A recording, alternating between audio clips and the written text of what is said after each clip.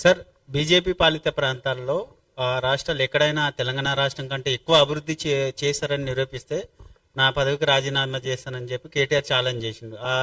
కేటీఆర్ ఆ ఛాలెంజ్ ఏమైనా స్వీకరిస్తారా మీరు? దాంతో పాటు ఇంకొకటి, బండి భగీరథ ఇష్యూతో పార్టీకి ఏమైనా నష్టం జరిగిందా? కేటీఆర్ గారు ఛాలెంజ్ ఏం చేస్తాడు? ఆయన ఇప్పుడు అపోజిషన్ కదా, ఆయన ఏం చేస్తాడు? ఎమ్మెల్యేకి రిజైన్ చేస్తాడు, రాజకీయాలకు రిజైన్ చేస్తాడు.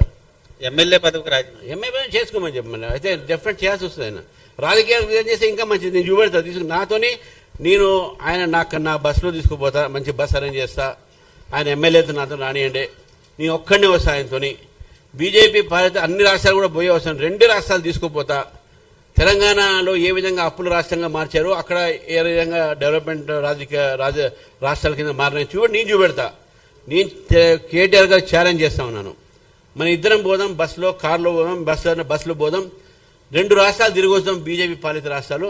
తర్వాత మీరు వచ్చి ఇక్కడ మన ఇదే ప్రెస్ క్లబ్ ఇక్కడ మాట్లాడదాం, డిస్కస్ చేస్తాం మనం. సార్, బండి భగీరథ ఇష్యూతో పార్టీకి ఏమన్నా నష్టం జరిగిందా? ఎందుకంటే ఈటెల బండి సంజయ్కి సంబంధించి మరి ధరంపూరి వీళ్ళిద్దరి ముగ్గురి మధ్య నడుస్తుందని. వాళ్ళ ముగ్గురు బాగానే ఉన్నారండి, వాళ్ళ ముగ్గురు బాగున్నారు. కానీ ఇక మీరు బాగుంటే మాకు వాళ్ళ ముగ్గురు మంచిగానే ఉన్నారు, ఏం లేదు అంటే అది పార్టీ సంబంధం కాదు కదా. Nothing to do with party. అన్న మీరు ఇందాక పవన్ కళ్యాణ్ గురించి మాట్లాడారు, ఇప్పుడు ట్రెండింగ్ లో ఉంది కాబట్టి అడుగుతున్నాం. తెలంగాణ ఏర్పాటును ఎవరైతే ఇష్టం లేదో వాళ్ళంతా ప్రతిసారి చెప్పే మాట ఏంటంటే తెలంగాణ ఏర్పాటును వ్యతిరేకించట్లేదు, తెలంగాణ జరిగిన విభజన తీరును వ్యతిరేకిస్తున్నామని చెప్తారు.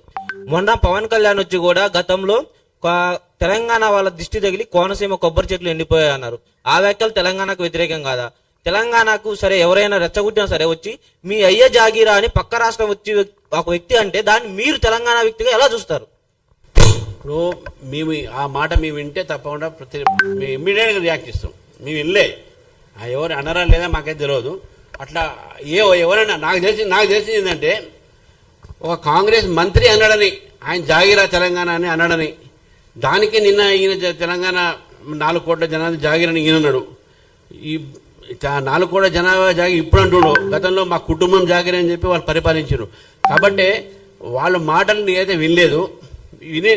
ఎవరు మాట్లాడినా ఎవరే కాదు, తెలంగాణకు ఎవరు అవమానపరిచినా, తెలంగాణ ప్రజల ఒక మనోభావాన్ని ఎవరు కూడా దెబ్బతీసినా దాన్ని బీజేపీ వ్యతిరేకిస్తుంది.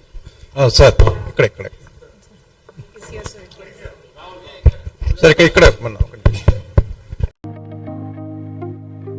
స్వచ్ఛంగా సహజంగా పోషకాలు నిండిన ఎస్ఆర్కే డైరీ పాలు మరియు పాల పదార్థాలని ఎంచుకుందాం.